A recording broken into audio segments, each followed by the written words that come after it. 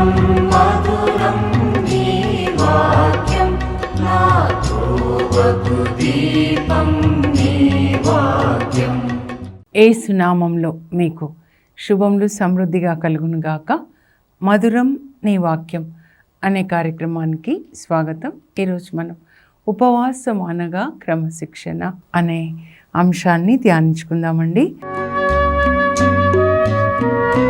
మధురం మధురం నీ వాక్యం నాతో వగు దీపం నీ వాక్యం. Fasting is disciplining oneself from all these worldly things. ఈ లోక విషయాల నుంచి మనల్ని క్రమశిక్షణ పరుచుకొని వాటి నుంచి దూరంగా ఉండడం అన్నమాట. ఒక క్రమశిక్షణ కలిగిన జీవితాన్ని మనం కలిగి ఉండాలండి. కొరింథీయులకు రాసిన మొదటి లేఖ 14:33 పౌలు ఏమని రాస్తాడంటే, దేవుడు క్రమమునకే కానీ క్రమరాహిత్యమునకు దేవుడు కాడు. God is God of discipline. చెప్పండి, God is God of discipline. దేవుడు క్రమశిక్షణకు దేవుడు, క్రమరాహిత్యమునకు దేవుడు కాదు. ఒకసారి మీరు ఊహించుకోనండి, రోజు ఉదయము సూర్యుడు ఉదయిస్తున్నాడు కదా 6 గంటలకి.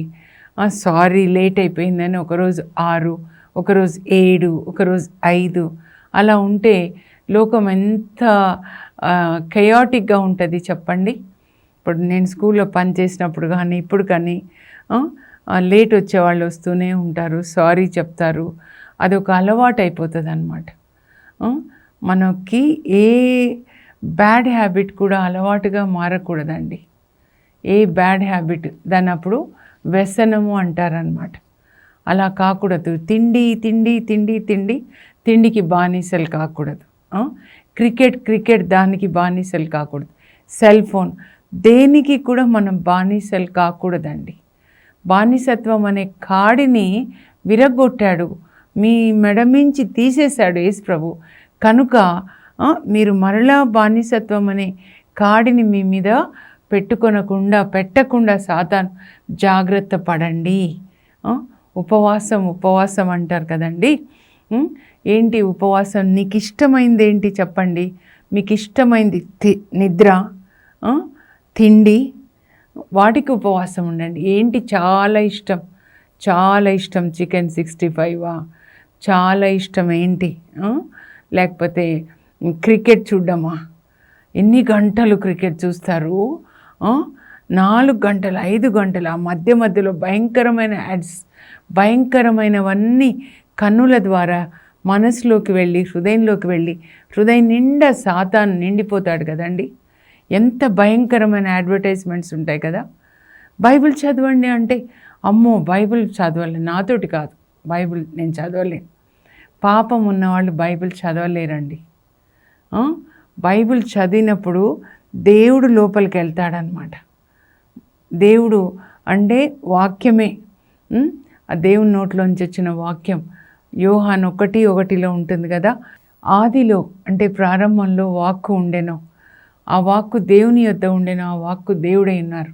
అంటే వాక్యము దేవుడు అనమాట, అంటే యేసు ప్రభు. ఆ వాక్యము మానవుడై మన మధ్య నివసించాడు. ఇది తండ్రి దేవుని నుంచి వచ్చినటువంటి వాక్యం అండి. ఈ వాక్యాన్ని మనం పాటించాలి. అందుకే యేసు ప్రభు పరలోకం నుంచి కిందికి వచ్చి మనకి బోధించారనమాట. క్రమశిక్షణ, దేనికి మీరు బానిసలు కాకండి. కొన్నిసార్లు అమ్మో మా ఆయన లేకపోతే నేను ఉండలేను, అమ్మో నా కొడుకు లేకపోతే నేను ఉండలేను, అమ్మో నా మనవాళ్ళు లేకపోతే నేను ఉండలేను, అమ్మో నేను ఇలాంటి తిండి లేకపోతే నేను ఉండలేను. Mother Teresa sisters mother Teresa తల్లిని గురించి చెప్తారు. నేను వెళ్ళినప్పుడు కొన్ని చెప్పండి అమ్మని గురించి అంటే చెప్తారనమాట. అయితే ఒక సిస్టర్ చెప్తా ఉన్నారు, క్యాల్కటాలో మరి ఒరిస్సా వాళ్ళే ఎక్కువ వస్తారంటండి. సో వాళ్ళు అక్కడి నుంచి మళ్ళీ ఇక్కడికి ఆంధ్రాకి మరి పంపించినప్పుడు మన రాష్ట్రాలు, తెలుగు రాష్ట్రాలకి, ఇంకా ఇక్కడ మన ఫుడ్డు అది. అయితే ఆ సిస్టర్ చెప్పారంట, అమ్మో నాతోటి కాదు అని చెప్పారంట. నేను చపాతీ తింటాను, రైస్ తినను, నాతోటి కాదు అని అంటే, అమ్మ మన పిలుపు our calling is not eating chapati or not eating rice. మన పిలుపు ఏంటంటే దేవుని యొక్క ప్రేమని పొంది ఆ ప్రేమను లోకానికి అందించడం. So don't worry about what you eat, don't focus on what you are eating. ఇది నాకు ఇష్టం లేదు, ఇది నాకు ఇష్టం, ఇదైతేనే నేను తింటా, ఈ బట్టలు అయితేనే నేను వేసుకుంటా. మీరు ఎక్కడ ఉన్నా కూడా టైమింగ్స్ మెయింటైన్ చేయండి, ముందు వెళ్ళండి. మత్తయి సువార్త 25 మీరు చదివితే అక్కడ 10 మంది కన్యకల గురించి చెప్తారు కదండి. 5 వివేకవతులు, బుద్ధి గల వాళ్ళు, 5కి బుద్ధి లేదంటే. ఎందుకు బుద్ధి లేదంటే వాళ్ళు పెళ్లి కుమారుడు వస్తున్నాడని ఎదురు వెళ్ళడానికి స్వాగతం ఇవ్వడానికి వెళ్ళారనమాట. సో దీపాలు తీసుకెళ్లారు 10 మంది కూడా. 5 దీపాలతో పాటు నూనె తీసుకెళ్లారు. నూనె మరి అయిపోతూ ఉంటుంది కదండి. కానీ ఇంకొక 5 నూనె తీసుకొని వెళ్ళలేదన్నమాట. అప్పుడు నిద్రపోతున్నారు, ఇంకా రావట్లేదు కదా, జీసస్ ఇంకా రావట్లేదు కదా, బిజీగా, ఎప్పుడు ఇదే చెప్తారు అని అంటారనమాట. మీరు చిన్నప్పటి నుంచి జీసస్ వస్తారని చెప్తున్నారు, ఇంకా రావట్లేదంటే నువ్వు మారాలని. ఆయన వచ్చారంటే మళ్ళీ తీర్పు ఉంటుంది. అప్పుడు తీర్పు తర్వాత నరకానికి వెళ్తే మళ్ళీ రాలేం తిరిగి. కనుక నువ్వు మారాలని ఆయన డిలే అవుతుంది. అయినా దేవునికి ఇక్కడ 1000 సంవత్సరాలంటే అక్కడ ఒక్క రోజు అనమాట. అంటే నాకు 60 సంవత్సరాలనంటే గంటన్నర, అర్ధ గంట. ఒక్క 20 సంవత్సరాలు భూమి మీద అంటే దేవుడికి ఒక అర్ధ గంట అనమాట. అంటే ఎప్పుడైనా రావచ్చు కదా.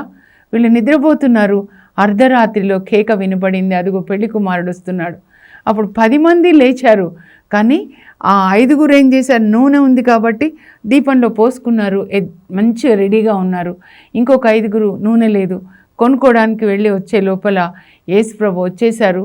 మరి 5 రెడీగా ఉన్నవాళ్ళు లోపలికి వెళ్ళారు, డోర్ మూసేయబడింది. అప్పుడు మిగతా 5 వచ్చి తలుపు తీయండి అంటే మీరెవరో నాకు తెలియదని చెప్తారు. మీరు ఎయిర్పోర్ట్కి వెళ్ళేసరికి ఫ్లైట్ వెళ్ళిపోయింది అనుకోండి, ట్రైన్ వెళ్ళిపోయింది అనుకోండి. అలాగే జీసస్ వచ్చే టైం అప్పుడనే కాదండి, తపస్కాలం అని ఏదేదో చేస్తాం కదా. తపస్కాలం మాత్రమే కాదు, మీ లైఫ్ అంతా మీరు క్రమశిక్షణ కలిగి ఉండాలి. ఎప్పుడు లేవాలి, ఎప్పుడు బైబిల్ చదువుకోవాలి, ఎప్పుడు తినాలి, ఎప్పుడు టైంకి వెళ్ళాలి, అక్కడ ఏం చేయాలి, పని చేసే చోట నమ్మకంగా క్రమశిక్షణ కలిగి పనిచేయాలి, ఎక్సలెంట్గా పనిచేయాలన్నమాట. సామెతలు 22:29 ఏముంటుందంటే, తన పనిని ఎక్సలెంట్గా చేసేవాళ్ళు సామాన్య మనుషులని సేవించారంట, రాజులని సేవిస్తారంట.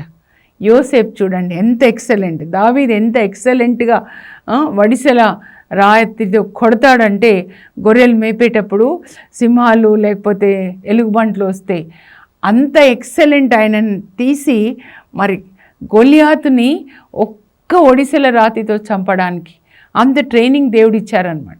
ఒకవేళ అది గురి తప్పింది అనుకోండి, అంత పెద్ద ఆయన చీల్చేసేవాడే. కానీ గురి తప్పలేదు, అంత ఎక్సలెంట్గా ఉండాలి. మీ ఆఫీస్లో మీరు ఎక్సలెంట్గా టీచరా, కెమెరామ్యానా, డాక్టరా, మీరు ఏదైతే ఉన్నారో మీరు అందరికీ ఒక దీపంలాగా ఉండాలి. మిమ్మల్ని చూసి నేర్చుకోవాలి. క్రిస్టియన్స్ ఎంత సిన్సియర్ అండి, ఎంత చక్కగా పనిచేస్తారండి, మాకు ఆఫీస్కి ఒక బ్లెస్సింగ్ అండి అని చెప్పుకోవాలి. ఇంకా కొంతమంది ఎంత దొంగలుగా ఉంటారంటే, ప్రార్థన ఒకటి చేస్తారు, ప్రతిదానికి అబద్ధాలే. ప్రేయర్కి వెళ్ళాను, ఇది చేశాను, అది చేశాను. అందరు కాదండి, కొంతమంది. వీళ్ళు ఎప్పుడు వెళ్ళిపోతారా, ఎప్పుడు రిటైర్ అవుతారా, ఈ తలనొప్పి ఎప్పుడు పోతుందా అని వెయిట్ చేస్తూ ఉంటాం అన్నమాట. అలా ఉండకూడదండి. మనం అన్ని విషయాలు ఒక 40 days ఏదో ఎక్స్టర్నల్గా ఇది చేశాను అది చేశాను కాకుండా ఎప్పుడూ క్రమశిక్షణ కలిగి ఉండండి. బాప్తిస్మ యోహాన్ చూడండి, ఆయనది ఒకసారి చూద్దామండి. మత్తయి సువార్త 3వ అధ్యాయంలో, అలాగే లూకా సువార్త 3వ అధ్యాయంలో, యోహాన్ సువార్తలో కూడా 3వ అధ్యాయంలో చూస్తాము. ఒక మార్కు సువార్తలో 1వ అధ్యాయం.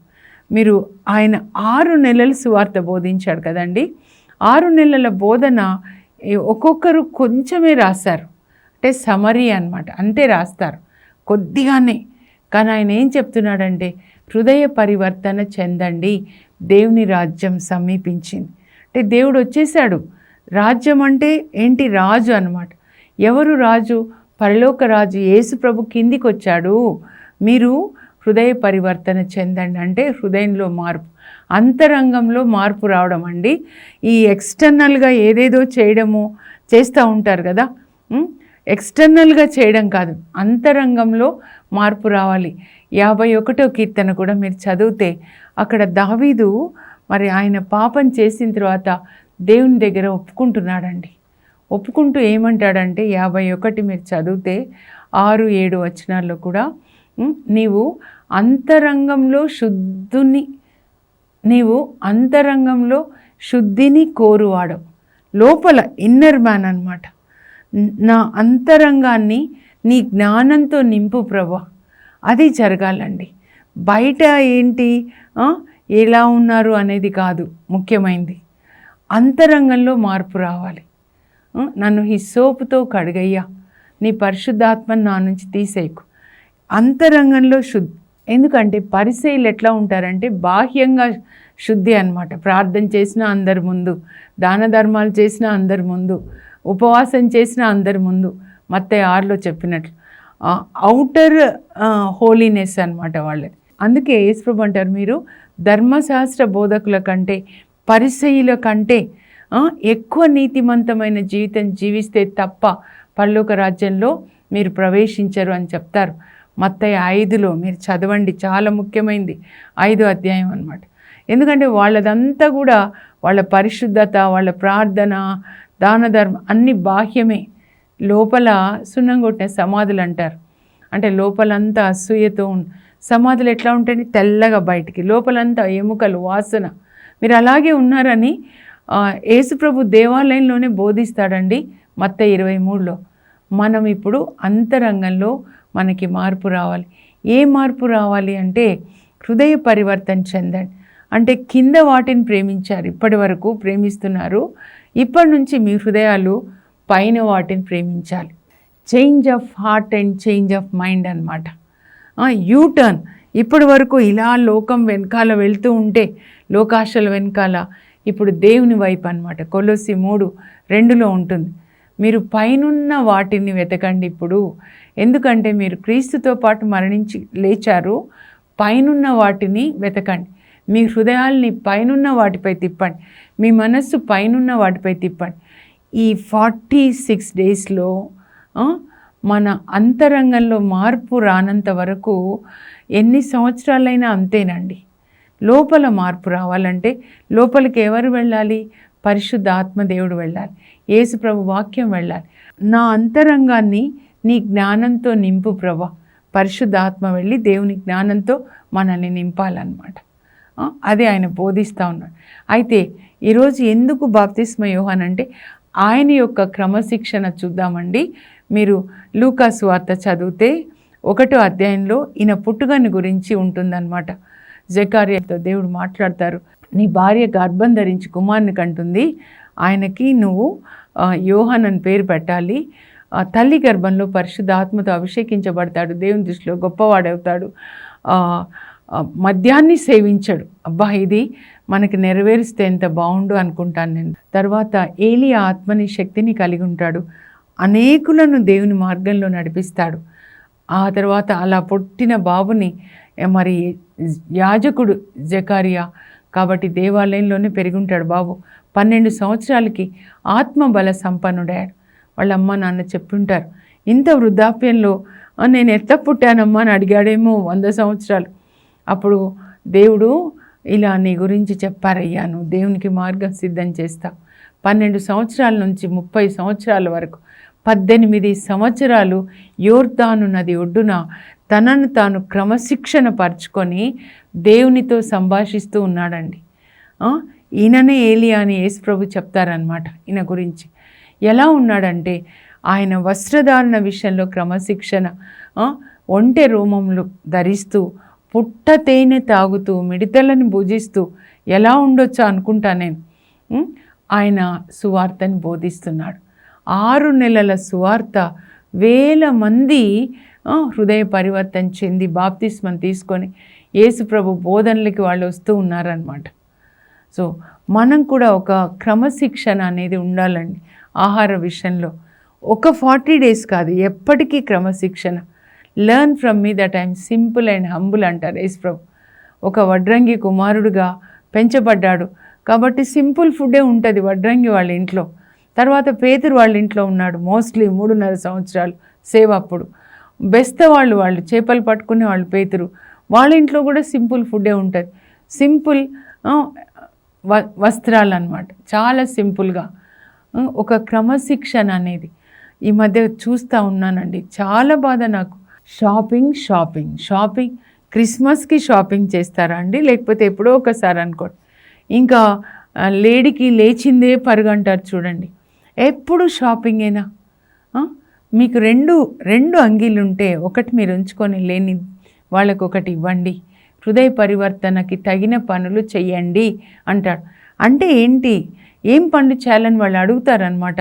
లూకా 3:10 నుంచి మీరు చదవండి. నీ దగ్గర 2 ఉంటే అంగీలు ఒకటి ఉంచుకో, ఇంకోటి లేని వాళ్ళకి ఇచ్చేయి. భోజన పదార్థాలు నీ దగ్గర ఉంటే నువ్వు తిని ఇంకొకరికి పెట్టు. అన్యాయంగా ఎవరి దగ్గర మీరు దోచుకోవద్దు అని ఇన్కమ్ ట్యాక్స్ ఆఫీసర్స్కి, సుంకర్లకు చెప్తాడు. తర్వాత అన్యాయంగా ఎవరి మీద మీరు కేసు బుక్ చేయకండి అని పోలీస్ వాళ్ళకి చెప్తాడనమాట. మనము ఒక క్రమశిక్షణ కలిగి ఉండాలండి. తిండితోనే పాపం ప్రారంభమవుతుంది. ఆదికాండంలో చూడండి, దేవుడు ఏ చెట్టు పండు తినొద్దన్నాడో సాతాను వచ్చి అవ్వతో అదే తినమంటాడు. లేదు తింటే చనిపోతామని చెప్పాడు దేవుడు. అంటే లేదు మీరు చనిపోరు. అప్పుడు ఆమె కళ్ళకి చాలా బాగుందంట, తింటే చాలా రుచిగా ఉంటుంది కడుపుకి అని. కళ్ళకి బాగుంది, కడుపుకి బాగుంది, 2 చూడండి. అప్పుడు ఆ పండు తిని ఆదాంకి కూడా ఇచ్చి పండు తిని దేవునికి వ్యతిరేకంగా వాళ్ళు పాపం చేస్తారు. వాళ్ళ పాపం వల్ల మరణం ఈ లోకానికి వచ్చింది. అందువల్ల వాళ్ళ నుంచి మనకి కూడా ఈ యొక్క మరణం వచ్చింది అన్నమాట. అలాగే ఏసావు అండి, ఏసావు ఆదికాండం 25లో మరి ఆయన వేట నుంచి వచ్చేసరికి తమ్ముడు మరి చిక్కుడుకాయల పులుసు చేస్తూ ఉంటే మంచి వాసన అన్నమాట. ఆ వాసనకి నాకు ఇచ్చేవా చిక్కుడుకాయల పులుసు అని అంటే, నీ జ్యేష్ఠత్వపు హక్కులు నాకు ఇస్తా అంటేనే నేను ఇస్తా అంటాడు. చాలా తెలివైన వాడు యాకోబు. సరే నేను ఇచ్చేస్తాను, నాకెందుకు అది అని చెప్పి ఒక్క పూట తిండి కోసం జ్యేష్ఠత్వపు హక్కులు పోగొట్టుకున్న ఏసావులాగా మీరెవ్వరూ భ్రష్టులైపోకూడదు అని పౌలు హెచ్చరిస్తాడండి. హెబ్రీ 12:15 నుంచి ఆయన పర్లేదు నేను ఇప్పుడు తినాలంతే, నాకెందుకు ఆ హక్కులని. తర్వాత తండ్రి దగ్గర దీవెనలు పొందే విషయంలో ఏడుస్తాడు, నన్ను కూడా ఆశీర్వదించు నాన్న అని. కానీ అక్కడ ఆశీర్వాదాలు ఇంకా ఏమీ ఉండవు అన్నమాట. తర్వాత సరిదిద్దుకోలేకపోతాడంట. కొన్నిసార్లు క్రమశిక్షణ లేని జీవితానికి నేను చెప్తున్నాను, యవ్వనస్తులు కూడా అక్కడ అమ్మాయి కనబడింది, ఇక్కడ అమ్మాయి కనబడింది, తొందరపడి పెళ్లి చేసుకుంటారు. తర్వాత మీరు కరెక్ట్ చేసుకోలేనంత పొరపాటు అన్నమాట. మీరు అస్సలు తొందరపడకూడదు. దేవుణ్ణి అడగాలి, వేచి ఉండాలి, దేవాన్ని చిత్త ప్రకారం జరగాలి అని చెప్పానమాట. తిండి ఏదంటే అది తినడం అండి, ఒక కంట్రోల్ అంటూ ఉండాలి కదా. 40 days అట్లా ఉండి తర్వాత ఎందుకు ఉండరు? 40 days ఉండగలిగిన వాళ్ళు ఎప్పుడు కూడా ఉండగలుగుతారనమాట. మంచి క్రమశిక్షణ వస్త్రధారణ విషయంలో కూడా 1 తిమోతి 2:9 నుంచి పౌలు రాస్తాడు. స్త్రీలు అదేంటంటే ఆరాధన గురించే రాస్తాడండి, 2వ అధ్యాయం అన్నమాట. ఆరాధన, స్త్రీలు ఆరాధనకు వచ్చినప్పుడు మర్యాదగా డ్రెస్అప్ డీసెంట్లీ అండ్ మోడెస్ట్లీ, మర్యాదగా గౌరవంగా మీరు వస్త్రధారణ చేసుకోవాలి. మీరు ఇలా అలంకరణలు అంతా కాకుండా మీరు మంచి కార్యాలు, ఇతరులకి సహాయం చేయుట అనే మంచి కార్యాలు, సత్కార్యములు అనే వస్త్రాలని ధరించండి. దేవాలయానికి వినడానికి రావాలండి. నాకేం మాట చెప్తారు, నేను ఎక్కడ కరెక్ట్ చేసుకోవాలి అని బైబిల్ తీసుకొని రండి. ఒక నోట్స్ కూడా పెట్టుకోండి. నేను చిన్నవి పెట్టుకుంటాను, ఒక చిన్న బుక్లెట్ మా ఫాదర్ గారు చెప్పినవి రాసుకుంటాను. Lent is a period of grace అని చెప్పారనమాట. ఇంకా రాసుకుంటాను చెప్పినప్పుడు అవే మళ్ళీ కొన్నిసార్లు ఇక్కడ చెప్తాను. దేవుడు ఫాదర్స్ ద్వారా మాట్లాడతారు కదండి. కనుక ఒక క్రమశిక్షణ కలిగి జీవించండి. ఒక 46 డేసే కాదండి, ఎప్పుడు అన్ని విషయాల్లో క్రమశిక్షణ కలిగి ఉండండి. ప్రతి విషయంలో ఏం ధరించాలి, be simple, humble and pure. Saint Francis of Assisi తన అందరికీ అన్నమాట, అంటే వాళ్ళ ఆశ్రమాలు ఎక్కడున్నాయో ఫ్రాన్సిస్కన్వి వాళ్ళందరికీ ఒక్కొక్క కాంగ్రిగేషన్ అన్ని దేశాల్లో ఉంటుంది. లెటర్స్ రాసినప్పుడు ఈ 3 మాటలే రాస్తాడంట, be simple, humble and pure. నేను కూడా బైబిల్ ముందులో రాసుకుంటానండి. Be simple Jacinta, humble and pure. Humble అంటే దేవుని వాక్యాన్ని చదివి విధేయించడం, సింపుల్ లైఫ్ స్టైల్ అనమాట. ఏ బాధ లేదు. హాస్టల్లో పెరిగాం కాబట్టి సువార్తలో ఎక్కడికి వెళ్ళినా కింద పడుకునే వాళ్ళం, కొన్నిసార్లు ట్యాంక్ దగ్గర పడుకునేవాళ్ళం. కరెంట్ ఉండేది కాదు విలేజెస్లో. Anything is okay. మీరు ఒక క్రమశిక్షణ, ఆహారం విషయంలో, వస్త్రాల విషయంలో, పని విషయంలో కంటితో ఏదంటే అది చూడడం, నోటితో ఏదంటే అది మాట్లాడడం చేయకూడదండి. ఈరోజు జెసింతా పండుగ, నా పండుగే 28th అనమాట. ఆ అమ్మాయి మెసేజ్ కూడా నేను చదివాను. Never speak ill of others. ఇతరుల గురించి ఎప్పుడు మీరు చెడు మాట్లాడకండి. నాలుక జాగ్రత్త, తీతు 3:2 అనమాట. నాలుక విషయంలో కంట్రోల్ యోబులాగా, కన్నుల విషయంలో కంట్రోల్, తిండి విషయంలో కంట్రోల్, వస్త్రధారణలో కంట్రోల్, పని చేయడంలో ఒక క్రమశిక్షణ కలిగి మంచి పేరు తెచ్చుకోనండి. డిసిప్లిన్ మెయింటైన్ చేయండి. Such people God will bless, because God is God of discipline. Heavenly Father, we give you all glory master. తండ్రి, వాక్యం వింటున్న బిడ్డలందరికీ ఒక క్రమశిక్షణ కలిగిన జీవితాన్ని దయచేయండి ప్రభా. వాళ్ళ వస్త్రధారణ కావచ్చు, లేకపోతే తిండి కావచ్చు, పని చేసే చోట కావచ్చు, ఒక మంచి క్రమశిక్షణ కలిగి మీకు మహిమకరంగా, భూమికి ఉప్పు, లోకానికి వెలుగులాగా, అందరికీ వెలుగునిచ్చేటట్లుగా మేము జీవించేటట్లు సహాయం చేయండి. యేసు నామంలో అడుగుచున్నాం తండ్రి, ఆమెన్. క్రమశిక్షణ కలిగి జీవించే శక్తిని పరిశుద్ధ ఆత్మదేవుడు మీకు దయచేయను గాక. God bless you. Have a blessed day.